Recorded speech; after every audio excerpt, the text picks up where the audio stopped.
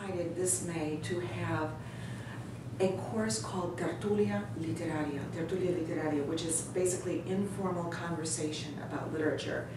And the idea was the students had worked so hard on their papers and on their exams and on quizzes constantly, you know, so much pressure all year. So I decided, why not have a course where they can just read for pleasure in Spanish and enjoy the reading. Enjoy the reading. That's one of the reasons people write, so people will enjoy their reading. You know? And we decided today, we took advantage of the visit to Lexington of Anna Scanavini from the Universidad de L'Aquila in Rome, outside of Rome, and Francesco Consoli, also from Rome, University of Rome, Department of Sociology, and Department of American Literature in L'Aquila.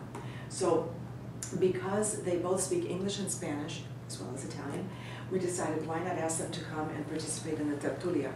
I was much stricken by the way students participated, and all of them, not only, I mean, there are few that are clearly more advanced, even probably about their plans, like some of them said that they want to become teachers.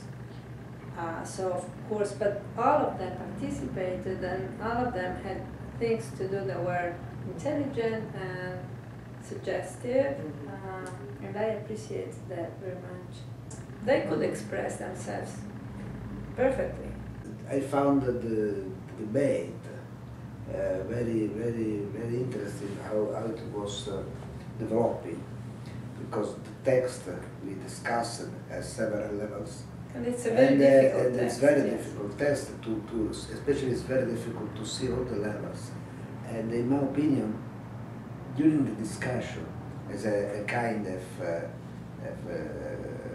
distributed intelligence, we are able to move from a level to the other, connecting the levels, and so this was very nice. In some moments I felt very